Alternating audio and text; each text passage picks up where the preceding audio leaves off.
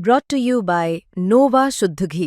जब जब खाए दिल खुश हो जाए, सदियों का नोवा शुद्ध देसी घी, सपना स्वस्थ भारत का। I love घी।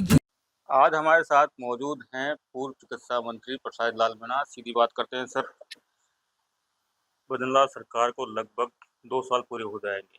सबसे पहले तो विपक्ष की भूमिका के रूप में किस तरह से देखते हैं?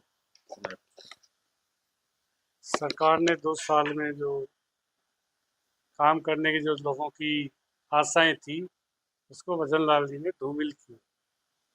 ऐसा एक भी काम नहीं किया उन्होंने जिससे राजस्थान की प्रदेश की जनता को फायदा हो। एक काम नहीं गिना सकते हैं, केवल जो पुराने काम है उन्हीं को वो चला रहे हैं। ऐसी कोई नई घोषणा नहीं की, ऐसा कोई नया जनता के लिए तोहफा नहीं दिया जिससे जनता उसको लाभान्वित महसूस करे। ये दिल्ली से पर्ची की सरकार है, दिल्ली से चल रही है। यहाँ से कोई, ये मैं नहीं कह रहा, ये तो बीजेपी के एमएलएज कह रहे हैं कि हमारी नहीं चलती है, बीजेपी के मिनिस्टर कह रहे हैं हमारी नहीं चलती है। तो भजनलाल सरकार नाम की चीज़ नहीं है, सारा काम दिल्ली से हो रहा है। दिल्ली में जो हाजिरी लगाएगा उसी का काम होगा। इसलिए चारों तरफ फेल, बिजली सप्लाई ठीक नहीं इनकी, पानी की सप्लाई इनकी ठीक नहीं, इनका जो भी काम है, अस्पतालों में डॉक्टर नहीं, अस्पतालों में दवाइयाँ नहीं, कॉलेज में स्कूलों में अध्यापक नहीं, केवल ट्रांसफर पोस्टिंग का काम इनके हाथ में जो कर रहे हैं। तो मैं कहता हूँ कि जनता की निगाह में, वैसे तो पार्लियामेंट के 6 में जो चुनाव हुए 6 महीने बाद, उसी में पार्लियामेंट में 11 सीटों पर हार गए। तो ये निश्चित रूप से इन्होंने जो वायदा किया, लोगों को जो लोगन दिया, उस पर सरकार खरी नहीं उतरी। लेकिन सर, बीजेपी यूँ कहूँ सरकार के रूप में काफ़ी कहा जाता है कि बहुत सारी योजनाएं हैं वो हम लेके आए हैं। बेरोजगारी का मुद्दा लगा लीजिए, चाहे पेपर लीक में। पेपर लीक में हमारी सरकार ने एसओजी जांच शुरू की है, इन्होंने कहीं कुछ नहीं किया। इनके टाइम भी पेपर लीक हुआ जिसको कैंसिल किया इन्होंने। पेपर लीक की बहुत बड़ी घटना है। हमारी सरकार के समय एसओजी की हमने जांच बैठाई, वही एसओजी के डीजी उस एसओजी से जांच कर रहे हैं। जांच में जो भी तथ्य आ रहे हैं पूरे प्रदेश के सामने है। जांच का हमारी सरकार ने इसको सीरियसली लिया है। तो निश्चित रूप से आज जो हालात है प्रदेश के, वो पेपर लीक नहीं, इन्होंने नौकरियां देने का वायदा किया, वो नौकरियां नहीं दे रहे।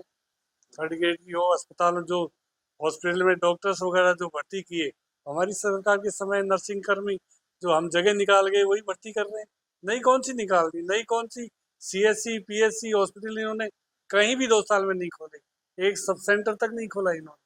तो ये सरकार की जो जिम्मेवारी है, हमारी सरकार के टाइम भी काम होते थे, जिले भी बनाए इन्होंने, 8 जिलों को निरस्त कर दिया, इसके अलावा तो कोई बड़ा काम किया नहीं। जबकि जिले एक बार बन गए, कोई भी सरकार, वसुंधरा जी ने जिले बनाए, पहले भैरव सिंह जी ने जिले बनाए, हमारी सरकार आई, हमने एक भी जिला निरस्त नहीं किया, इन्होंने इतने सारे जिले निरस्त कर दिए।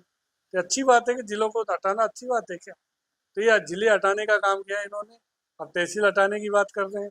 इनको जनता के सामने जाएंगे तो पता चलेगा जिले हटाने का कितना नुकसान बीजेपी को होगा, इसकी कल्पना इन्होंने नहीं की होगी। इधर बीजेपी हमेशा आरोप लगाती थी कि अशोक गहलोत तो तत्कालीन मुख्यमंत्री थे, उन्होंने रेवड़िया बांटी है युवाओं के नाम पर, जिलों के नाम पर रेवड़िया बांटी है, चुनाव आ गए। देखो, रेवड़िया नहीं बांटी हमने, हमने बिजली किसानों की माफ़ की है, हमने 100 यूनिट घरेलू बिजली माफ़ की है, ये रेवड़िया नहीं है। हमने फ्री दवाइयाँ दी है, फ्री इलाज दिया है, फ्री जांच दी है, और 25 लाख का इलाज फ्री। एक तरह से मानवता की सेवा करने का काम किया हमारी सरकार ने। लोगों के पास दवाइयाँ नहीं होती थी, किसी को बड़ी बीमारी हो जाती थी, हार्ट की हो जाती थी, कैंसर की हो जाती थी, इतनी बड़ी बीमारियों का इलाज कराना आम आदमी के बस का रोग है क्या? हमारी सरकार ने सबको दिया है। रेवड़ी तो वो कहते हैं किसी को, अभी बिहार में रेवड़ी बट रही है, वो है रेवड़ी। हमने तो सबको दिया, बराबर किया है। 25 लाख का इलाज, फ्री दवाइयाँ, फ्री संसाधन, पर्याप्त हॉस्पिटल खोले, पर्याप्त हमने मेडिकल कॉलेज बनाए, 15 मेडिकल कॉलेज, हर जिले में नर्सिंग कॉलेज खोले। रेवड़िया है, एक नर्सिंग कॉलेज तो खोला था हमने, एक मेडिकल कॉलेज तो खोला था अभी 2 साल में, एक मेडिकल कॉलेज। ऊपर सरकार इनकी, यहाँ सरकार इनकी। हमने सारे मेडिकल कॉलेज के भवन बना के शुरू कर दिए, नर्सिंग कॉलेज खोले, हर जिले में नर्सिंग कॉलेज, आज सरकारी नर्सिंग कॉलेज, ये एक भी कॉलेज खोला कि इन्होंने? हमने कॉलेज खूब खोले, दूसरे एजुकेशन के कॉलेज खोले, उनमें अध्यापक नहीं लगा पा रहे। शर्म की बात यह है कि उनमें अध्यापक नहीं लगा पा रहे। लेकिन सर बीजेपी गवर्नमेंट आने के बाद भी कुछ चेंजेस करके उनको आगे भी बढ़ाया, यूनिट बढ़ा दी उन्होंने। नहीं, काय की यूनिट बढ़ा दी? हमारी सरकार जाने के बाद इन्होंने करीब 1 लाख 1.5 लाख नए कनेक्शन दिए हैं किसानों को। एक का भी बिजली बिल माफ नहीं, सबके बिजली के बिल आ रहे हैं। क्यों नहीं किए? जब पहले वालों के बिल माफ है तो सरकार नहीं कर सकती नए किसानों के बिजली के बिल माफ? अरे किसानों को खाद नहीं, बीज नहीं, खाद नकली, बीज नकली, ये सरकार की जिम्मेदारी है खाद बीज समय पर किसानों को उपलब्ध कराना। मिल रहा है क्या? आज हमारे कृषि मंत्री जी खुद ही कह रहे हैं नकली बीज है, सारी जगह नकली खाद है, वो छापे डाल रहे हैं। क्या है सरकार की जिम्मेदारी? ऐसा लग रहा है फर्जी सरकार फर्जी पर्ची से बनी है। फर्जी सरकार। मुख्यमंत्री का एक बार भी स्टेटमेंट नहीं आया कि हमारा मंत्री जो छापे डालकर जो स्टेटमेंट दे रहा है फर्जी खाद, नकली बीज, सीएम को एक बार एक्शन तो लेना चाहिए। कहाँ से आ रहा है बीज, कहाँ से आ रहा है ये नकली खाद? अभी बगड़ी में एक घटना हुई, आपको पता है, उसकी जांच रिपोर्ट आई है लैब से। 1%, 46 में से 1% भी वो असली नहीं है। इसका मतलब किसानों की कितनी लूट हो रही। सरकार को ध्यान ही नहीं, मंत्री को खुद छापे डालने पड़े, अधिकारी उसके काम ही नहीं करते। अधिकारी मुख्यमंत्री के कहने में होंगे। मुख्यमंत्री नकली खाद, नकली बीज राजस्थान के किसानों को दे रहा है। इसका खामियाजा जब चुनाव आएंगे तब मुख्यमंत्री जी को भुगतना पड़ेगा। लेकिन सर एक तरफ ये भी चलता है कि विपक्ष अपनी भूमिका ठीक से नहीं निभा पा रहा है, सड़कों पर नहीं कर पाया है जनता की। देखो, कांग्रेस ने काम किया है, इसलिए हम किसानों के जनता के साथ हैं। आज हमारी योजनाएं धरातल पर उतरती रहे, दवाइयां नहीं हो तो उसकी बात हम करते हैं। ये तो रोज नाटक कर रहे हैं, रोज वो कर रहे हैं। अरे आपका मंत्री कह रहा है नकली बीज, नकली खाद, और उस पर सरकार एक्शन नहीं ले, इसका मतलब क्या है? सरकार नाम की चीज ही नहीं। अधिकारी आपका कहना नहीं मान रहे, आप पूरी तरह, आपकी सरकार फेल है। ये सरकार की जिम्मेदारी है किसानों को समय पे। हमारी सरकार थी, केंद्र में यूपीए की सरकार थी, हमारे पास सारी गोदामों में खाद भरे रहते थे। हम एडवांस 3-4 महीने पहले सब सोसाइटी गोदामों में खाद। आज राजस्थान की एक भी सोसाइटी गोदाम में एक खाद का कट्टा नहीं, एक बीज का कट्टा नहीं है। सब जो फर्जी लोग खाद बेच रहे हैं, हजारों ट्रक। बगड़ी की घटना देख लो, ये पूरे राजस्थान पे एक तरह से सरकार के ऊपर चपत है, एक तरह से सरकार के ऊपर एक तरह से ये फेल है। और क्या है? लेकिन सर सवाल ये भी उठता है कि खाद बीज अभी तो नहीं बन रहे होंगे। करोड़ी मंत्री जो हैं, कृषि मंत्री हितोला जी लगातार छापेमारी कर रहे हैं, तो क्या लगता है कि क्यों आखिर में हो, क्या पिछली तत्कालीन आप जो पहले सरकार थी उसको भी एक्शन लेना चाहिए था, उसको तो एक्शन हुआ नहीं। देखो, हमारे समय ऐसी स्थिति नहीं थी। हमारे समय अधिकारियों पर शिकंजा रहता था, अधिकारियों पर पकड़ रहती थी। अब ऐसे मुख्यमंत्री को ऐसा बना दिया जो ग्राम पंचायत से उठ के मुख्यमंत्री बना। उसका अनुभव ही नहीं, कैसे सरकार चलाएंगे, कैसे ब्यूरोक्रेसी को ट्रीट करेंगे, कैसे सब चीज़ों का इंतजाम करेंगे। जो अनुभव नहीं है, अनुभवहीन सीएम बना है, इसलिए सारी समस्याएं राजस्थान में पैदा हुई। आप कह रहे हैं कि आपकी सरकार थी तब ऐसा नहीं था, क्यों लगता है कि एक एन वक्त पे या कहूँ कि अचानक से फर्जी नकली बीज खाद? देखो, ये नकली जो डीएपी मिल रहा है, ये ना तो इसको भजनलाल बंद कर सकता है, न किरोड़लाल जी बंद कर सकते हैं। ये जब डीएपी का इन्होंने सब्सिडी हटा दिया, यूपीए गवर्नमेंट खाद कारखानों को पहले एडवांस सब्सिडी देती थी, मोदी जी ने आते ही उस सब्सिडी को बंद कर दिया और 600 रुपये की रेट को 1300 रुपये कर दिया। तब भी खाद उपलब्ध नहीं है। 600 की बजाय 1300 में भी डीएपी का खाद उपलब्ध नहीं असली। एक भी गोदाम में, पूरे स्टेट में चले जाओ आप, कोऑपरेटिव की गोदाम एक में भी एक कट्टा आपको डीएपी नहीं मिलेगा। सब ब्लैक मार्केटियों के पास मिलेगा। 1300 को कट्टा 1700 1800 में मिलेगा। ये सरकार की जिम्मेदारी है। हमारे टाइम ऐसी शिकायत नहीं थी कि 1300 को कट्टा 1700 में बेच रहे हैं। फर्जी खाद की, फर्जी भी नकली बीज की, नकली खाद की हमारे टाइम शिकायत नहीं है, एक भी हो तो बता दो। लेकिन सर आप कह रहे हैं कि यूपीए सरकार में सब कुछ ठीक चल रहा था, मोदी सरकार आई उसके बाद, तो कांग्रेस सरकार तब भी ये दिक्कतें हुई थी क्या? नहीं, कभी नहीं हुई। हमारा तो एडवांस खाद, मैं क्या कह रहा हूँ, एडवांस खाद भरा रहता था। सीधी रेक आती थी क्रमको की, इफ्को की। अब एक कट्टा क्रमको इफ्का का नहीं आ रहा, क्रमको का नहीं आ रहा, इफ्को का नहीं आ रहा। जो कोऑपरेटिव की संस्थाएं थी वो पूरी तरह से काम करती जा रही। एक सिंगल कट्टा भी हमारे कई मार्केट सोसाइटी में उपलब्ध नहीं। जब सोसाइटी में खाद किसानों को मिल जाएगा तो किसान को मार्केट में ब्लैक मार्केटिंग से खाद खरीदना नहीं पड़ेगा। लेकिन सर उस वक्त भी काफी लाइनें लगती थी। क्या लगता है कि जिस हमारे तरीके से जो जरूरत है उसी के मुताबिक नहीं हो पा रहा है? हाँ नहीं हो पा रहा, वही तो मैं कह रहा हूँ ना। इन्होंने जब पहले यूपीए गवर्नमेंट एडवांस सब्सिडी देती थी कारखानों को, एडवांस कि आप इतना डीएपी बनाओ, इतना यूरिया बनाओ, इतना फला खाद बनाओ। इन्होंने बंद कर दिया सब्सिडी को, और सिर्फ सब्सिडी बंद कर दी तो वो खाद बनाना बंद कर दिया। ये है मूल समस्या। ये कोई भजन लाल जी का या किरोड़ लाल जी का दोष नहीं है, इसे मोदी सरकार का दोष है। क्योंकि सब्सिडी बंद, किसानों के लिए मिली के सब्सिडी बंद करना। एडवांस देंगे सब्सिडी वो बनाएंगे, अगर एडवांस नहीं देंगे उनको सब्सिडी तो वो कभी नहीं बनाएंगे। और इन्होंने ये सारा दोष केंद्र सरकार का है। केंद्र सरकार को इसमें हस्तक्षेप करना चाहिए। ये समस्या यही नहीं होगी राजस्थान में, पूरे देश में समस्या पैदा होगी। लेकिन सर, जिस तरीके से आप कह रहे हैं कि केंद्र सरकार का दोष है, तो क्या कांग्रेस मुद्दे को लेकर सड़कों पर भी उतरी है? राहुल गांधी सारे मुद्दों को ले रहे हैं, वोट चोरी का भी ले रहे हैं, सरकार फेल्योर का भी ले रहे हैं, बिहार में जिस तरह का वोटर लिस्ट है उसको भी ले रहे हैं। सरकार सुनती है क्या किसी की? जिस तरह का इनके व्यवहार था इलेक्शन कमीशन का, वो देखा पूरे देश ने कैसा व्यवहार था। विपक्ष के नेता को कैसे ट्रीट करना चाहिए, कैसे उनके साथ बात करनी चाहिए, कैसे उनकी शिकायत का निवारण करना, जानते हैं कि ये अरे विपक्ष के नेता देश की आवाज होती है। और राहुल गांधी पूरे देश में आवाज है। आज मोदी उसको ये कह रहे हैं कि ये तो कुछ नहीं है। तो मैं कह रहा हूँ कि आज इस तरह की आवाज राहुल गांधी जी ने पूरे देश में वोट चोरी की उठाई, अब खुद मानने लग गए ना कि गड़बड़ हुई है। महाराष्ट्र में हुई है, हरियाणा में हुई है, सब जगह की है इन्होंने गड़बड़। बैलेट से इलेक्शन कराओ ना, पता चल जाएगा मोदी जी को, पता चल जाएगा बीजेपी को। तो आज जो हालात बने देश में वो सब मोदी जी की वजह से बने। इन्होंने कितनी सीटों पर वोट चोरी की, पार्लियामेंट में जितना गड़बड़ किया। खुद मोदी जी चुनाव आ रहे थे 5 राउंड तक, कैसे जीत गया लास्ट राउंड, चोरी नहीं की वोट की। लेकिन बीजेपी ये कहती है कि जब कांग्रेस सत्ता में आई थी तब क्या वो वोट चोरी नहीं हुई थी? तो बहुत बड़े सवाल हैं कि क्या उस वक्त वोट चोरी नहीं हुई थी क्या? देखो, कांग्रेस के समय इलेक्शन कमीशन का जो चुनाव था उसमें चीफ जस्टिस ऑफ इंडिया रहती थी, प्रधानमंत्री रहते थे और अपोजिशन लीडर रहते थे, चाहे कोई की गवर्नमेंट हो। चीफ जस्टिस ऑफ इंडिया के रहने से उसमें ट्रांसपेरेंसी थी। ये सबसे बड़ा दुर्भाग्य है हमारे देश का। इलेक्शन प्रक्रिया पर सवाल क्यों उठ रहा है? चीफ जस्टिस ऑफ इंडिया को कमेटी से अलग कर दिया और उसकी जगह होम मिनिस्टर को रख दिया।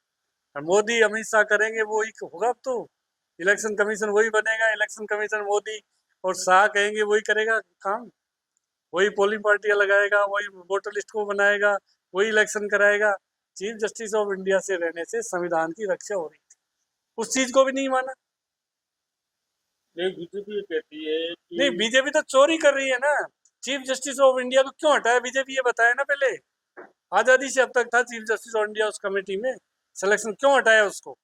इसका मतलब चोरी करने के लिए हटाया इन्होंने, चुनाव में गड़बड़ी करने के लिए हटाया। क्या कहेगी बीजेपी इसके लिए? लेकिन जो टाइमिंग है मुद्दा उठाने का, उससे कभी सवाल है कि चुनाव आते ही कांग्रेस को याद आ रहा है, पहले क्यों याद नहीं है? लोगों ने वहां पिटीशन भी लगा रखी सुप्रीम कोर्ट में। सुप्रीम कोर्ट भी दबाव में उनकी सुनवाई नहीं कर रहा है। लगाई है लोगों ने पिटीशन। इसलिए देश में चुनाव पर एक तरह से सवालिया निशान है। चीफ जस्टिस ऑफ इंडिया को हटाने का मतलब पूरे इलेक्शन पर सवालिया निशान लगे। लेकिन सर, ऐसा लगता है जिस तरीके से आप कह रहे हैं कि राहुल गांधी ने मुद्दा उठाया, लेकिन अगर घूम घुमा के देखें तो राहुल गांधी मुद्दा उठाते हुए दिखाई देते हैं, लेकिन और जो कांग्रेस की नेता कांग्रेस ने मुद्दा, सुनिए, कांग्रेस ने मुद्दा उठाया, 3 काले कानून किसानों के खिलाफ बने, वापस ली। जीएसटी का उन्होंने कहा गब्बर सिंह टैक्स, कहा राहुल गांधी जी ने उठाया, सरकार ने ध्यान नहीं दिया।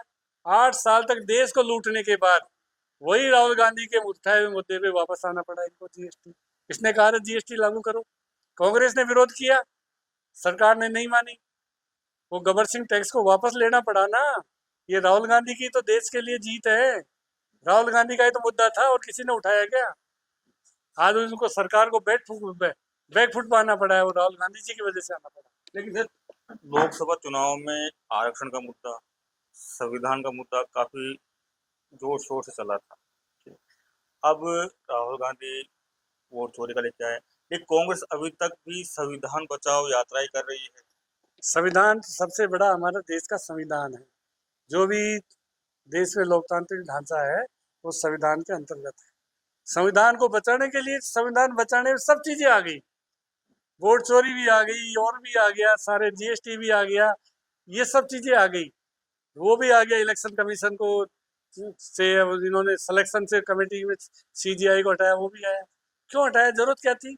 आपका सीजीआई पे विश्वास नहीं है, देश की लोकतंत्र, आप न्यायिक व्यवस्था में विश्वास नहीं है, तो इससे बड़ी दुर्भाग्य देश का क्या होगा कि आपका सीजे चीफ जस्टिस ऑफ इंडिया में विश्वास नहीं है, मोदी का अमित शाह पे विश्वास है, मोदी का दूसरे मंत्री उस पर कमेटी में ले ली, उन पर विश्वास है। ये लोकतंत्र के लिए काला अध्याय मोदी जी ने शुरू किया है। इस काले अध्याय को अंततः कांग्रेस सरकार में आएगी, इनको काले अध्याय को वापस समाप्त करें। क्या कांग्रेस को ऐसा लगता है कि जिस तरीके से नारे दिए थे बीजेपी ने और जिसके बाद में परिणाम जो है उसके बाद लगता है कि अब कॉन्फिडेंस बढ़ गया है, पहले कॉन्फिडेंस नहीं था लोकसभा चुनाव के पीछे। इंडिया गठबंधन ने, पहले गठबंधन नहीं था, अब पूरे देश की पार्टियों ने सोच लिया कि मोदी जी संविधान को खत्म कर रहे हैं। संविधान को बचाने के लिए इंडिया गठबंधन एकत्रित हुआ है और वो मिलके चुनाव लड़े हैं। इसलिए अगर ये सीटों पे महाराष्ट्र वगैरह वो नहीं करते, गड़बड़ नहीं करते, यूपी में गड़बड़ नहीं करते, तो ये तो वैसा जी के सारे टिकी हुई है। जिस दिन चंद्रबाबू नायडू और नीतीश कुमार अलग हो जाएंगे उस दिन ये सरकार गिर जाएगी। किस तरह सरकार बनाने के वक्त आपने देखा है टीवी में, मोदी किस तरह चंद्रबाबू नायडू और नीतीश कुमार की मिजाज कुर्सी कर रहे हैं। पहली बार देखा है किसी प्रधानमंत्री को मिजाज कुर्सी उनको बैठा रहा है, ला रहा है पकड़ के, ये कर रहा है। ये हालात देश की जनता ने किए। अगर इनको पूर्ण 400 की पार की नारा लगाने वाले 240 पे रह गए। ये पूर्ण बहुमत की सरकार नहीं है, ये अल्प बहुमत की सरकार है, कभी भी गिर सकती है। गिर सकती है, लेकिन जिस तरीके से कांग्रेस संविधान की बात करती है तो सवाल चर्चा ये भी रहती है, जब इंदिरा गांधी ने आपातकाल लगाया था क्या कांग्रेस को उस टाइम संविधान याद नहीं आया था? आपातकाल लगाया, वो भी संविधान के अंतर्गत लगाया था।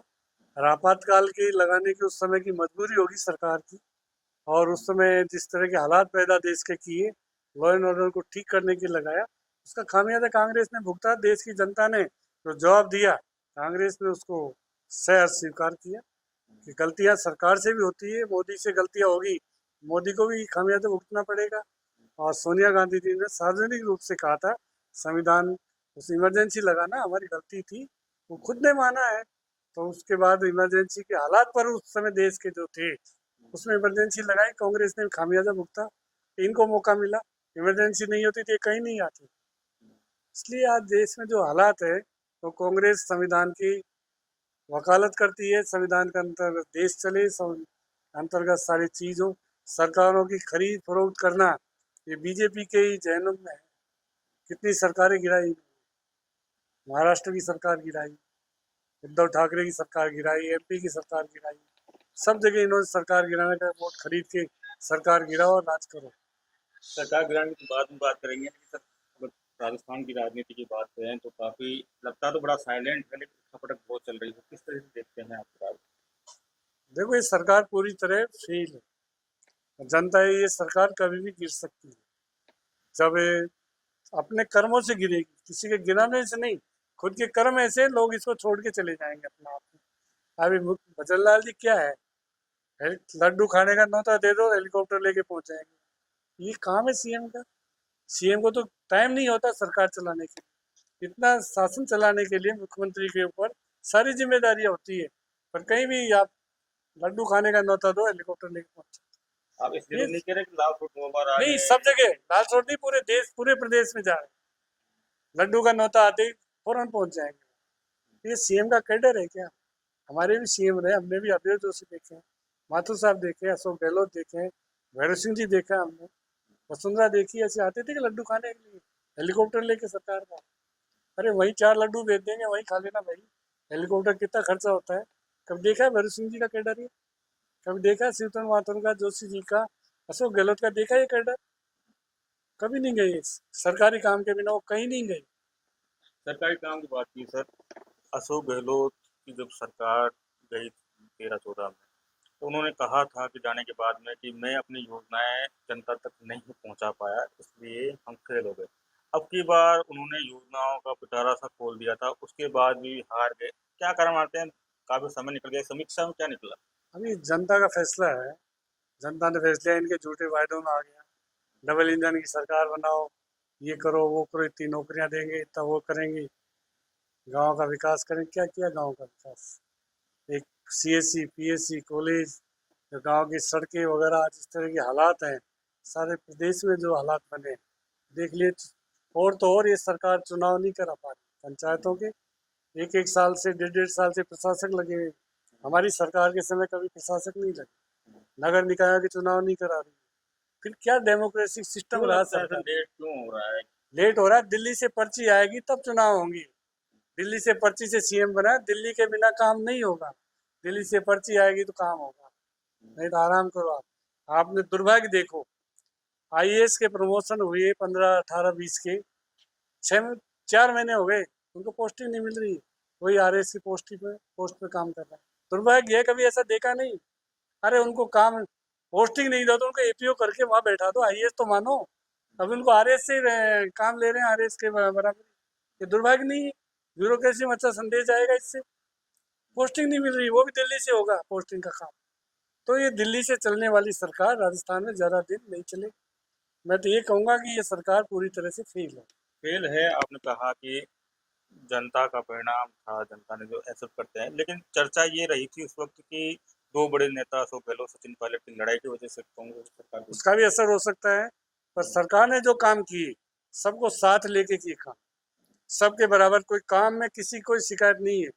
जनहित की योजनाएं जो लागू की, पेंशन पूरे देश में 25 लाख का इलाज राजस्थान में फ्री है। पूरे देश में ऐसी सरकार नहीं जिन्होंने 25 लाख का इलाज फ्री किया हो पूरे देश में। पेंशन सबसे ज्यादा 500 के 1000 की, और हर साल वो जिएगा जब तक 15% पेंशन उसकी बढ़ती रहेगी। है क्या ऐसा कानून देश में?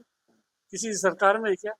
कि जनहित की योजनाएं हमने तो लागू की, उससे आज जनता को फायदा। ये चाह कर भी पेंशन बढ़ाने को रोक नहीं सकते। इसलिए आज जो जिस तरह की लोगों को राहत मिली है और लोग महसूस करते हैं कि हमसे गलती हुई, ऐसी सरकार को चुना, ऐसे लोगों को चुना जो गलती हुई। गलती हुई है। लेकिन सर, भले ही अब कांग्रेस की बात कर लेते हैं, भले ही चुनाव नहीं है, बड़ा साइलेंट चल रहा है, लेकिन कुछ भूली बिसरी बात कर लेता हूँ आपसे। मानेसर जब मामला हुआ था, अब क्लीन चिट मिल गई सचिन पायलट को, और अशोक गहलोत कुछ दिन पहले दोष आया था उन्होंने कि अब सब कुछ नॉर्मल है, अब आगे बढ़ जाना चाहिए। हाँ, तो उन्होंने कहा जो सही है, नॉर्मल है, आगे सबको मिलके आगे का पार्टी को वापस सत्ता में लाना चाहिए, सबको प्रयास करना चाहिए। और सब एक होंगे तो निश्चित रूप से भारी बहुमत से कांग्रेस दोबारा राजस्थान में आ गई। कांग्रेस हो पाएगी एकजुट वापस? कांग्रेस होगी, जब कह रहे हैं नेता तो एकजुट ही है। नेताओं के कहने से तो अलग होती है, नेताओं के कहने से ही एक होती है। जब सब नेता मिलके कह रहे हैं, एक मंच पर आकर कह रहे हैं, फिर तो एक ही है कांग्रेस में। कांग्रेस कहीं बिखराव जैसी या कोई दुराभाव जैसी बात नहीं है। लेकिन सर, फिर भी जिस तरीके से फील्ड में जाते हैं या चर्चाएं होती है, वहाँ ये कहा जाता है जो अशोक गहलोत ने जिस तरह के शब्दों का उपयोग किया गया था, तो क्या एक वो हो सब पाएंगे? गई गुजरी बातें हो गई। अशोक गहलोत और सचिन पायलट अब एक हो गए। अशोक गहलोत के वहाँ सचिन पायलट चले गए, अशोक गहलोत जी वहाँ पायलट साहब की पुण्यतिथि में आ गए, तो सब चीजें समाप्त हो गई। अब सबको मिलकर राजस्थान के हित में सबको कांग्रेस को मजबूत बनाने के लिए प्रयास करनी चाहिए। कांग्रेस मजबूत होगी तो लोग अपना आप ही साथ जुड़ते जाएंगे। तो अब सब चीजें खत्म हो गई, अब तो सब एक हैं, एक होकर काम करेंगे सब। काम करेंगे। लेकिन एक कहा ये भी जाता है कि अशोक गहलोत अगर राष्ट्रीय अध्यक्ष बन जाती है उस वक्त, तो कांग्रेस को और फायदा मिलता हो। अब ये कांग्रेस का बड़ा फैसला है, इसके बारे में मैं क्या कहूँगा। ये तो अशोक जी जाने, हाईकमान जाने, बनाए नहीं बनाए, नहीं बना क्यों नहीं बने, ये इतनी बड़ी पॉलिटिक्स में नहीं करता। अशोक जी खुद समझदार है, बड़े नेता है, हाईकमान है। अब क्यों नहीं क्या हुआ ये तो जानकारी नहीं है। लेकिन अब प्रदेश अध्यक्ष की दौड़ शुरू हो गई है। क्या लगता है आपको कि कांग्रेस पार्टी को किस तरीके से डिसीजन लेना चाहिए, किसको बनाना चाहिए, किस तरह के क्राइटेरिया रखने चाहिए? देखो, ये हाईकमान का काम है, अध्यक्ष बदलना बनाना। और वर्तमान जो अध्यक्ष हैं अच्छा काम कर रहे हैं। जब सरकार नहीं बनी हमारी यहाँ प्रदेश में नहीं बनी, फिर भी 11 पार्लियामेंट सीटें जिताई।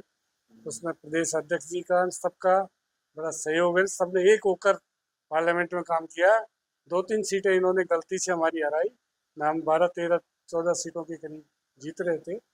वोट चोरी से जयपुर ग्रामीण है, 1-2 सीट और है जिनको इन्होंने जानबूझ के वोट चोरी करके हराया। नहीं तो पार्लियामेंट अच्छा प्रदर्शन का कारण है सबने मिलकर काम किया। आगे मिलकर काम करेंगे तो अच्छे रिजल्ट। सचिन पायलट का भी नाम मुख्य रूप से चल रहा है कि उन्होंने पहले भी जिम्मेदारी संभाली थी, एक बार फिर उन्होंने जिम्मेदारी ले सकती है। ये हाईकमान का काम है, मेरा काम नहीं है। हाईकमान जो बनाए वो सिरोधारी होता है। आपने कुछ देर पहले लाल जी की बात की, बात उसकी है कि कुछ दिन पहले उन्होंने एक निजी चैनल पे कहा था कि मैंने खूब हेलीकॉप्टर दौड़ाया था, लेकिन कम नहीं, वो हमेशा कहते रहते हैं। वो कहते हैं जो बात सही होगी। मैं तो कोई ज़्यादा वार्तालाप 2008 के बाद हमारी कोई बात नहीं हुई, इसलिए वो जो कहते हैं वो सही होगा, गलत थोड़ी कहेंगे वो। इधर क्या हुआ था, क्योंकि उस वक्त आपके साथ थे, आप भी उनके साथ थे, फिर अचानक से दूरियां कैसे हो गई? देखो 2008 में किरोड़ लाल जी ने हमारी मदद की थी चुनाव, निर्दलीय चुनाव जीतने के बाद, मंत्रिमंडल बनने के बाद रामकिशोर सैनी और ये हमारे बंगले आए सुबह 4 बजे। इन्होंने कहा मैं पार्लियामेंट चुनाव लड़ना चाहता हूँ, आप अशोक जी के पास चलो, गहलोत जी को कहो कांग्रेस का टिकट किरोड़ लाल को दो। हम रामकिशोर सैनी और मैं दोनों चले गए। हमने कहा किरोड़ लाल जी को कांग्रेस का टिकट दो, हम इनके साथ। हो गया, तय हो गया टिकट दिल्ली में। दिल्ली में टिकट तय होने के बाद जब हम एक बार कहा कि हम कांग्रेस के साथ हैं, किरोड़ लाल को टिकट दो, तो टिकट से मुकरा कौन? इसका दुर्भाग्य था किरोड़ लाल का। अगर उस समय पार्लियामेंट कांग्रेस से बनते थे, सेंट्रल मिनिस्टर बनते, केंद्र में मंत्री बनते, राजस्थान को बड़ा फायदा होता और पहली बार कोई इतना बड़ा मिनिस्टर बनता है, इतनी जिम्मेदारी मिलती है। आपने पूछा नहीं कि क्यों? नहीं, मैंने पूछा नहीं। जब वो अलग निर्दलीय चुनाव लड़ रहे हैं उसके बाद हमारी कोई बात नहीं, न अब की न पहले की। वहां तक बात की इनको कांग्रेस का टिकट दिलाने के लिए, हमसे कहलवा लिया कांग्रेस का टिकट किरोड़ लाल को दो, फिर क्यों नहीं लिया, क्यों नहीं लड़े, वहां से अलग हो गए हैं। लेकिन काफी रिश्तेदार भी हैं आप, कभी तो कोई रिश्तेदारी नहीं, सब मीणा वैसे आपस में सभी रिश्तेदार होते हैं, कोई भी अछूता नहीं है। मीणा मीणा होगा ना तो एक दूसरे का कहीं कहीं कोई रिश्तेदार निकल जाए। तो इसलिए जो पिछले लोकसभा से उन्होंने चुनाव में भी उन्होंने कहा था कि 3-4 सीटें अगर मैं जीता पाया तो इस्तीफा दे दूंगा। ये उनका व्यक्तिगत निर्णय है, इसमें अपन क्या कहेंगे, उनका व्यक्तिगत निर्णय है, लेकिन इस वक्त नहीं, उन्होंने इस्तीफा दे दिया था, पार्टी ने मंजूर नहीं किया। वो अपनी बात पे कायम रहे, इस्तीफा दिया, अब मंजूर नहीं किया, वो पार्टी जाने वो जाने। उन्होंने कहा कि काफी दिनों से मैं छुट्टी पर था, वो आ गया हूँ, पूरा बैक तो काम कर रहे हैं, तो अच्छा काम कर रहे हैं। अभी खाद बीज की दुकानों पर छापे डाल रहे हैं, नकली खाद बीज की सरकार की पोल खोल रहे हैं, तो अच्छा काम कर रहे हैं, किसानों के हित में काम कर रहे हैं। कितने काम करेंगे? जैसे इस वक्त कुछ राजनीतिक परिदृश्य इस तरीके से चल रहा है, नरेश मीणा काफी आरोप प्रत्यारोप लगा रहे हैं, बीजेपी हो सकती है। देखो कोई आरोप प्रत्यारोप किसी पे लगाए, नरेश मीणा का अभी कोई वजूद नहीं है। नरेश मीणा अभी भावना में बहता है, स्थिर नहीं है कहीं। कांग्रेस ज्वाइन की 4 महीने पहले, 4 महीने बाद निर्दलीय चुनाव लड़ लिया। अब कभी राजेंद्र गुडा के पास जाता है, कभी किसी के पास जाता है। स्थिरता राजनीति में जरूर, स्थिरता जब आएगी आदमी को वेट करना चाहिए, आदमी को इंतजार करे बिना कोई किसी को।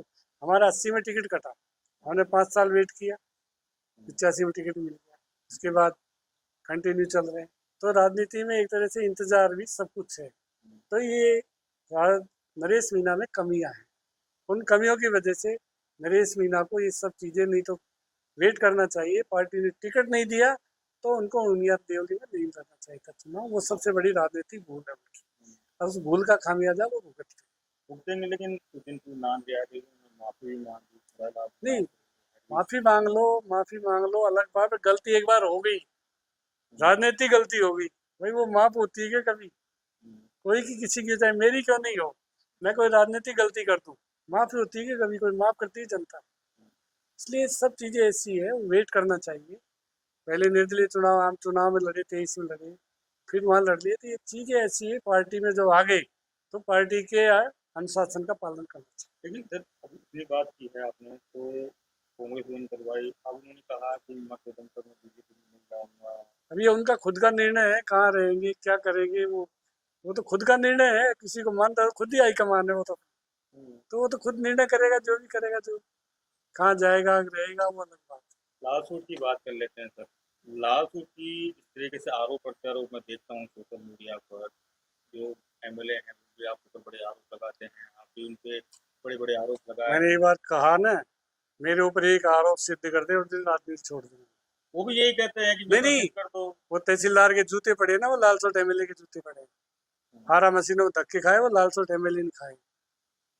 कि वो तो दूसरा वीडियो क्यों? वायरल हुआ है ना उनका कि वो मैनेज कुछ भी करवा नहीं, कर रहे हैं। कुछ ही करा दो मैनेज करके, धक्के तो पड़े ना। ऐसे गला किसी एमएलए का पकड़ा है आज तक? सुना है कभी ऐसे? ये शर्म की बात है। शर्म आनी चाहिए इस एमएलए को और उसके कार्यकर्ताओं को। लेकिन जिस तरीके से चल रहा है नहीं चलता रहे, हम तो कुछ दिन ऐसे ही, पहले हम तो चाहते हैं ऐसा ही चलता रहे। अच्छा है, ऐसे क्यों चलता चलता है? रहे, जनता ऐसे ही की चलता रहे। जनता की ऐसे धक्के खाएंगे, ऐसे ही, ऐसे ही जूते खाएंगे। तो तहसीलदार को क्यों नहीं हटाया वकीलों कहने से? वकीलों को आखिर जूते मारने पड़े, तहसीलदार के भगाना पड़ा, माफी मांगनी पड़ी तहसीलदार को वकीलों से। क्यों नहीं एमएलए ने हस्तक्षेप किया? हमारे टाइम कोई एसडीओ की शिकायत तहसीलदार के भी 1 मिनट में हटाते थे, एपीओ करते तुरंत, तुरंत एपीओ। हमारा कोई रिश्तेदार है कोई तहसीलदार एसडीओ? हमारी जनता का हित नहीं करेगा वो तहसीलदार नहीं रहेगा, वो एसडीओ नहीं रहेगा, वो अधिकारी नहीं रहेगा। अगर वो करप्ट है तो उसको हटा देना चाहिए। इसे करप्ट है ये तो आप बड़े ही दोनों ही नेता हैं, बड़ी विधायक हैं। आरोप प्रत्यारोप कहाँ तक उचित है, क्या धरातल पे आपको उतर के जनता की अब मैं आरोप नहीं लगा रहा हूँ, वकील आरोप लगा रहे हैं। मैं आरोप नहीं लगा रहा हूँ, आरा मशीन वाले आरोप लगा रहे हैं। उनके कनेक्शन काटने भेज दिए, एसडीओ को भेज दिया, तहसीलदार को भेज दिया, रेंजर को भेज दिया। ये उचित है क्या? बिजली विभाग को भेज दिया, कनेक्शन काटना उचित है आरा मशीनों का? चाहे वैध है चाहे अवैध है, उचित है क्या? रोजगार मिला हुआ है, 20-25 हजार लोगों को रोजगार मिला है। उससे बात करनी चाहिए, समाधान करनी चाहिए। अगर कोई समस्या है तो सीएम से बात करनी चाहिए, फॉरेस्ट मिनिस्टर से बात करनी चाहिए। सीधे अधिकारियों को कनेक्शन काटने भेज दिया, लोग बर्दाश्त करेंगे इसे? बर्दाश्त नहीं करेंगे सर। नहीं, क्यों करेंगे बर्दाश्त? क्या गुलाम है जनता हमारी? कनेक्शन काटने में कनेक्शन काट दो, क्यों काट दो कनेक्शन किसी का? अगर कोई समस्या है तो ऊपर बात करनी चाहिए। एमएलए का फर्ज है ऊपर सीएम से बात करे, विधानसभा अपनी आवाज उठाए, और कोई समस्या आ रही है तो उसका निदान करे। कनेक्शन काटना समस्या समाधान है क्या? इसका मतलब दाल में कहीं कहीं काला है। नहीं तो क्यों धक्के खाएंगे इससे? हमारे साथ हमारे टाइम तो आरा मशीनें खूब चलती है। एक बार भी कोई अधिकारी उनका कनेक्शन काटने नहीं गया, एक बार की कह रहा हूँ मैं, एक कनेक्शन हमारे टाइम नहीं काटा। ये तो हिम्मत नहीं होती अधिकारियों की, आरा मशीनें भेज दे का भेज दे, पर हमारे इलाके की है, काम कर रहे हैं, वो लोगों को रोजगार दे रहे हैं। ये तरीका है एमएलए का? कनेक्शन काटे आओ जाके, एसडीओ उसका लगाया हुआ है, तहसीलदार उसका, रेंजर उसका, बिजली विभाग के अधिकारी क्यों गए कनेक्शन काटने? इसका जवाब एमएलए को जनता को देना चाहिए, किस वजह से गए? जाना चाहिए। लास्ट के 2 सवाल है। पहला सवाल यही है कि आप उनको माफिया का इल्जाम लगाते हैं, वो आपको कह देते हैं कि वो तो अहंकारी मंत्री हैं, जनता ने नहीं, अहंकारी है, ठीक है, अपने ईमानदारी पे अहंकार है, अपने ईमानदारी पर गर्व है, इसलिए है। चोरों की बात नहीं सुनते हैं, भूमाफियाओं की बात नहीं सुनते हैं। ये भूमाफिया है, भूमाफिया क्यों? अरे रजिस्ट्री होगी फर्जी, मरे आदमी को 30 साल हो गए, वो सामने आ गया, उस तहसीलदार को नहीं हटाया आपने? जूते खा के वो तहसीलदार गया है, वकीलों ने दी थी जूते, क्यों नहीं हटाया? फर्जी रजिस्ट्री होगी, क्यों नहीं है? क्योंकि इनके लोग शामिल थे, खुद भी शामिल है उस रजिस्ट्री में। जमीन लेने 12 बीघा जमीन, आदमी को मेरे 25 साल, एक ही जगह लाके खड़ा कर दिया कोई बीजेपी, वैसे ही खड़ा कर दिया कोई। ये तरीका है? वो कह रहा बड़ा हूँ। सीरियस एक्शन लेना चाहिए उसमें से एमएलए को, बड़ा सीरियस ये होना चाहिए कि कैसे हुई रजिस्ट्री, कोई भी हो उसमें उनको खिलाफ उनके कार्रवाई की नहीं। कार्रवाई वो तो बाद में जब पता चला, भंडा फूटा, तहसीलदार ने एफआईआर कराई, उस तहसीलदार को हटाया क्यों नहीं आपने? सवाल तो जनता के, मेरा कोई सवाल नहीं है, मेरा कोई व्यक्तिगत बुरा भी नहीं है ना कोई भला है, पर जनता ने जब जिस तरह तहसीलदार के साथ किया वकीलों ने, आखिर मरता क्या नहीं करता है? वकीलों भी तंग आ गए थे ऐसे भ्रष्ट तहसीलदार से। लाया कौन उस तहसीलदार को? यहाँ लालसोट में इसने लगाया। जिम्मेदारी एमएलए की होती है, जिम्मेदारी सरकार की होती है, कोई अधिकारी होता है। तो मैं वही तो पूछ रहा हूँ कि कांग्रेस जनता के लिए कब सड़कों पर उतरेगी? उतर रही है ना सड़कें, अभी कनेक्शन काट दिए क्या? कनेक्शन काट दिए 11 मशीनों के, काट के देखो, कनेक्शन, एक कनेक्शन काट के देखो कोई। हमने कभी भी हमारे कार्यकाल में एक कनेक्शन नहीं कटने दिया, और अब भी नहीं कटेंगे। कितना ही जोर लगा ले, एमएलए लगा ले, उसके नुमाइंदे लगा ले, एक कनेक्शन नहीं कटेगा। ये चीजें ऐसी है, तो जनता की चीजें हैं, जनता के साथ जनता हमको बनाती है, जनता के हम प्रति वफादार रहे, तब जनता हमारे साथ रहेगी। उनकी उनको ही हम कनेक्शन काटने चले जाएंगे, फिर क्या छोड़ेगी जनता? देख लिए ना हालात। एक सवाल एमएलए साहब को ये बताना चाहिए कि मेरे साथ धक्का मुक्की क्यों हुई, स्पष्टीकरण देना चाहिए। गले में अंगोछा क्यों खींचा मेरे, वो अधिकारियों की वजह से खींचा है। मान लो वो कनेक्शन काटने एमएलए के बिना सलाह के चले गए, उन अधिकारी को तुरंत यहाँ से हटा देना चाहिए। अंतिम सवाल जब तो जनता ये मानेगी कि एमएलए ने एक्शन लिया है। अब एक भी अधिकारी नहीं हटेगा, मतलब एमएलए की मिली भगत है उस कनेक्शन कटवाने। एक सवाल और पूछ लेता हूँ, इस वक्त सोशल मीडिया पर गाली गलौज का शब्द का जो चल रहा है चलन, तो किस तरह से देखते ये हैं? गलत है, ये चीज गलत है, कोई भी करे गलत है, ऐसे नहीं कहना चाहिए। सभी लोगों में सभ्यता की बात करे, अपनी बात को कहे।